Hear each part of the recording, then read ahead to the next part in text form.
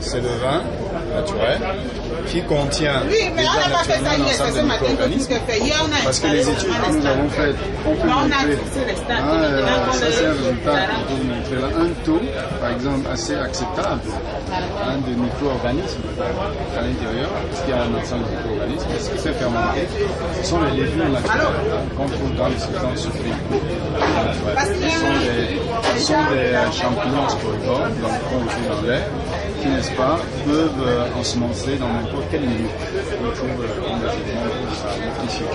Donc, ce qu'on voudrait éviter en stabilisant par la pasteurisation, c'est que le développement de ces micro-organismes entraîne un taux d'alcoolisme, un taux d'alcool extrêmement élevé et des aldéhydes qui sont issus de certains processus de chimie qui rendent le goût finalement du vin soit aigre ou qui rendent certaines maladies. Il y a ceux qui ne supportent pas boire parce que ça fait un ensemble exactement dangereux. Donc la stabilisation permet donc d'obtenir un vin qui est sucré, tel que vous le voyez là, et qui peut rester ainsi dans une bouteille pendant plus d'1 an.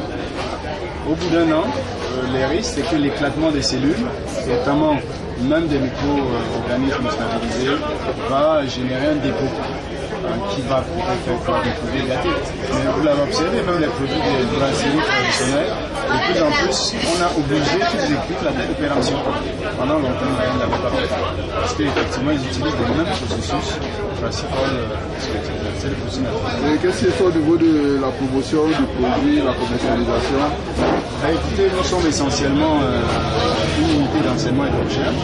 C'est vrai que le contact qu'on a avec le monde de l'entreprise vise à vulgariser les résultats de recherche et de travail, pour mettre à leur disposition des connaissances fiables, utilisables, tels que les derniers travaux qui datent de juin de cette année, sur les conditions d'exploitation par exemple. On a donc déjà pu identifier quelles sont les erreurs que les vignerons ont évitées, d'une part sur le palmier à huile et d'autre part, n'est-ce pas, sur le raffia.